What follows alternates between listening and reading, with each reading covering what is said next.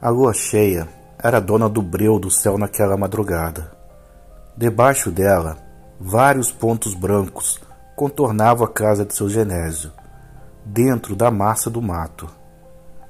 Na frente de todos eles ia o bode invisível, gabriolando, dando chutes para trás, como um cavalo indomado. Por algum motivo, nenhuma luz dentro da casa central do sítio foi acesa. Parecia dar guarida a uma paz incompatível com o que acontecia em seu exterior.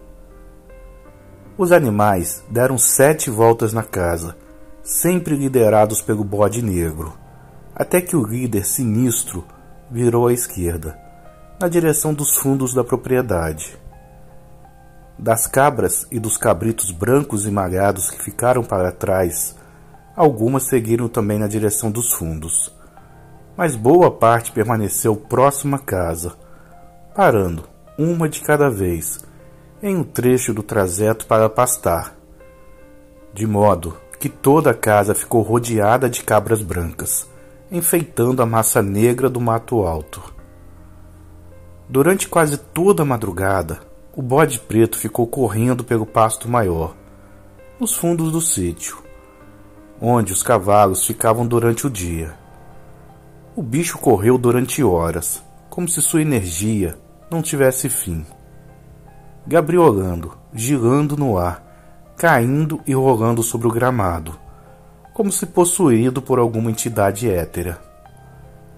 Em certos momentos, no frenesi de cair e levantar, o olho do animal pareceu exibir um reflexo vermelho no lugar do amarelado forte, já intimidador. No fim de outras 7 voltas por aquele pasto, o animal, líder dos caprinos, virou à esquerda, na direção da saída, acompanhado por outras cabras e cabritos, que mais pareciam pontos fantasmagóricos perambulando no meio da noite. O grande bode retomou a direção da casa. Ia, talvez, recomeçar a rodear. Isso não se pôde comprovar, pois assim que passou próximo do açude, a água começou a se revoltar, como quando no primeiro dia de estadia das visitas no sítio. O açude, no entanto, estava plácido debaixo do manto da escuridão da madrugada, completamente vazio de animais ou pessoas ao redor. Não havia motivo nenhum aparente para as águas revoltarem-se. Mas, com ou sem motivo, o açude foi, durante aquela noite desvairada, o único freio que o bode negro de seu Genésio conheceu. As horas já iam muito além da meia-noite, quando isso ocorreu. Isto é, quando os animais finalmente cessaram de correr pelo sítio, milagrosamente sem acordar ninguém dentro da casa central. O bode parou sua corrida a todo gás em 3 pinotes, que tremeram levemente a terra, arrancando torrões de capim e areia. Agora que não mais corria, dava para ver que seus olhos esbugalhados tinham mesmo mudado de cor. De amarelo, tinham se tornado vermelho sangue. Se não caminhasse ou bufasse de exaustão, poderia ser confundido com a imagem viva de alguma encarnação do próprio príncipe das trevas. Poderia ser confundido com a imagem viva de alguma encarnação ou próprio príncipe das trevas. O brilho do seu olhar competia com o da lua cheia, e ambos refletiam de igual para igual no espelho d'água do açude, mesmo esse estando completamente disforme, devido à sua agitação inexplicável. O bode pôs-se rodear o açude, marchando, levantando bem altos os joelhos das patas dianteiras. Olhava fixamente para as águas borbulhantes. Conforme ia completando 1, 2 voltas inteiras, mais as águas reviravam-se irritadiças.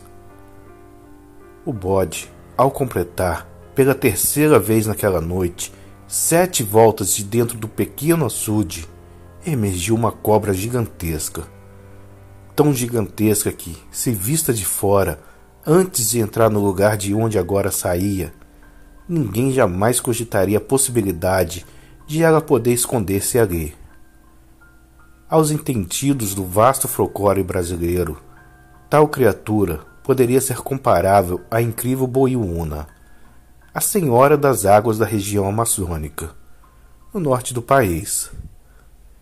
Saindo da água escura do pequeno açude, suas escamas molhadas brilhavam como lataria de trem, passando debaixo de postes de iluminação dentro de um túnel.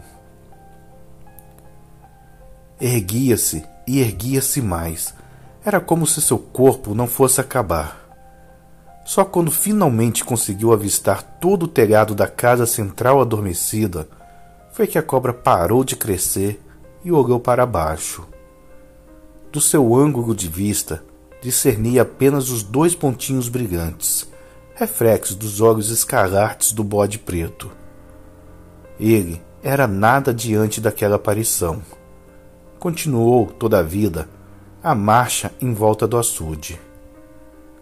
Porém não foi muito longe. A cobra prestou-se a girar a cabeça poucos graus. Logo abriu a bocarra e mergulhou sobre o bode. Engoliu ele e mais uma considerável tanto de terra junto.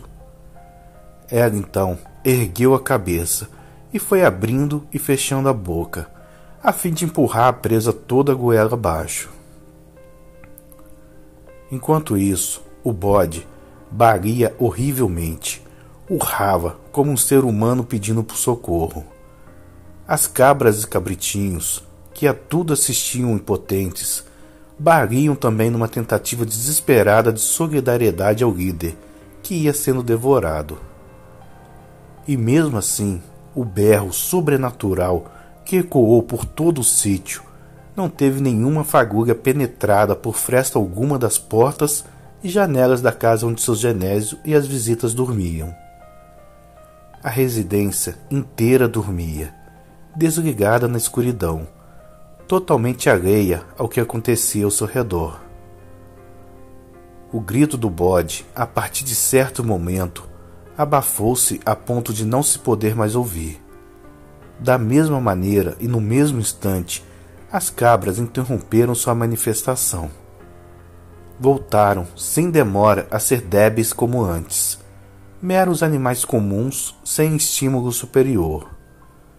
Umas baixaram as cabeças e voltaram a pastar, ali mesmo onde estavam. Outras simplesmente se viraram e foram caminhar em outro canto da propriedade. Deixaram de dar atenção à presença da Senhora das Águas que nadava no açude. A cobra, enorme, então, pôs-se a contorcer. Aos poucos, foi se enterrando de volta na água opaca. E a mágica fez-se outra vez. O bicho, quilométrico, desapareceu dentro de poucos metros quadrados de um buraco cheio d'água cavado pelo velho dono daquele sítio. Muita água foi jogada para fora do açude.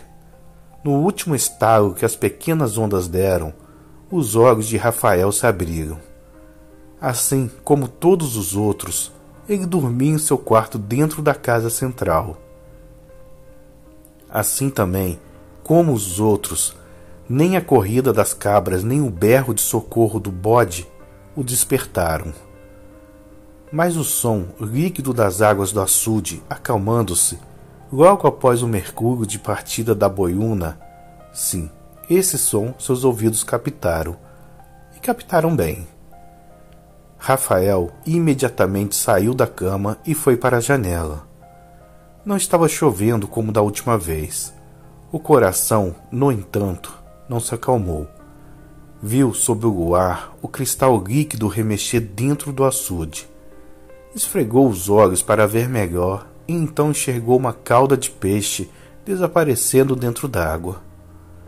Ou talvez tenha sido um par de pés descalços. Ou ainda a cauda de um outro animal. Como poderia identificar, sonolento do jeito que estava? Como poderia saber se ainda não sofria os efeitos colaterais da chuva que invadiu aquela mesma janela e lhe derrubou de cabeça no chão, no pé da cama. Não poderia saber. E talvez jamais saberia, pois com certeza não iria se arriscar a sair. O som que o acordara deslumbrava-lhe.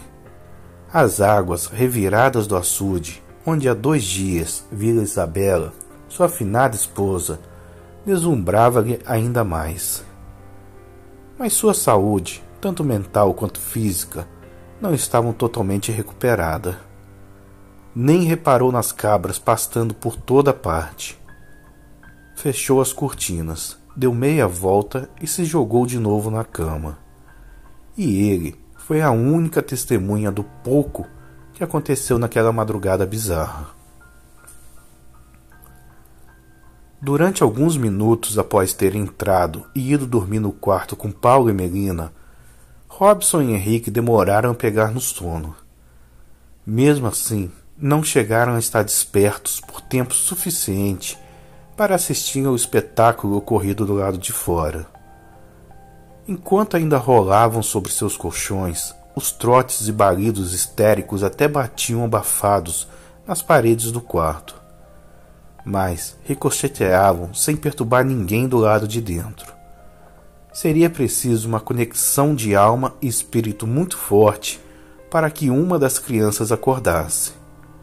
Uma conexão semelhante a que Rafael, em seu quarto, teve sem muito aproveitar. Ainda assim, os meninos acordaram exaustos, pensando no que seu Genésio e seus pais fariam quando descobrissem que o estábulo tinha dormido aberto. Antes de o galo cantar, já estavam sentados sobre os colchões. Levantaram-se. A casa inteira ainda parecia estar adormecida. Henrique andou até a porta. O corredor, iluminado pelos primeiros raios de sol, chegaram a ser convidativos.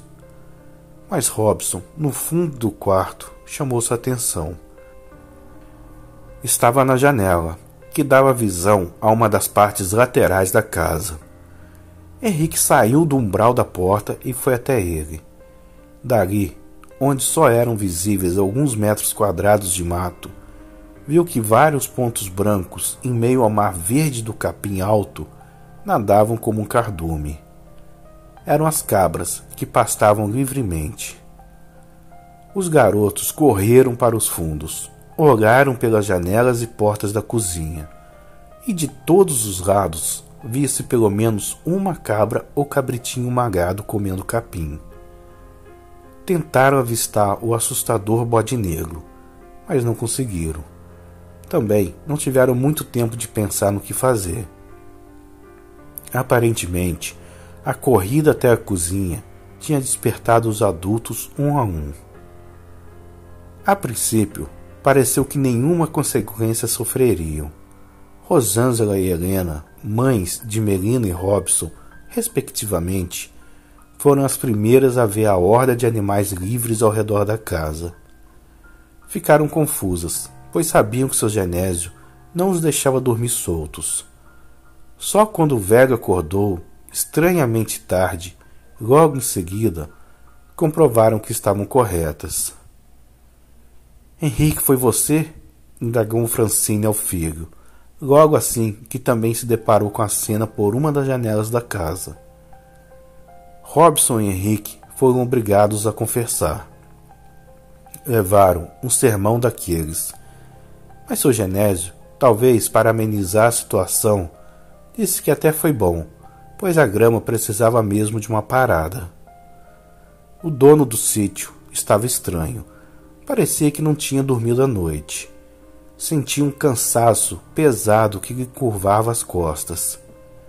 Helena se ofereceu para ver o que poderia ser. Quando passou a mão sobre as costas de seu Genésio, percebeu que uma figueira de protuberâncias esquisitas despontava, contornando quase toda a sua espinha. O velho, após ter ido sentar-se na sala, ficou pálido, como se tivesse visto um fantasma. E, de certa forma, viu mesmo. O fantasma do velho colega de trabalho vindo do Maranhão, aquele do qual tinha arrancado covardemente um imponente bode preto quando ainda era um cabritinho, e que agora ostentava entre as cabras do sítio. Quando Helena comentou sobre as protuberâncias em suas costas, ele teve certeza. Aquele sujeito padecia dos mesmos sintomas que estava sentindo. Helena e Rosângela, acompanhando seu Genésio até a sala, ficaram sem entender o assombro no semblante dele. Enquanto isso, Paulinha se encontrava com o pai, Rafael, no momento em que ele abria a porta de seu quarto, quase tão atônito quanto seu Genésio. Não tinha se esquecido da visão no meio da madrugada, do barulho das águas sacoando no açude no meio do nada, que o fizera levantar só para ver aquela cauda maldita e misteriosa. Paula, ainda que não soubesse dos detalhes mais recentes, entendia o estado do pai e se juntava a ele, como desde o primeiro dia, naquela melancolia pesarosa. Mas o tio-avô era novidade. Quando o viu estirado na sala entre Rosângela e Helena, a menina chegou mais perto, sem, no entanto, tocar em nada ou dizer qualquer palavra.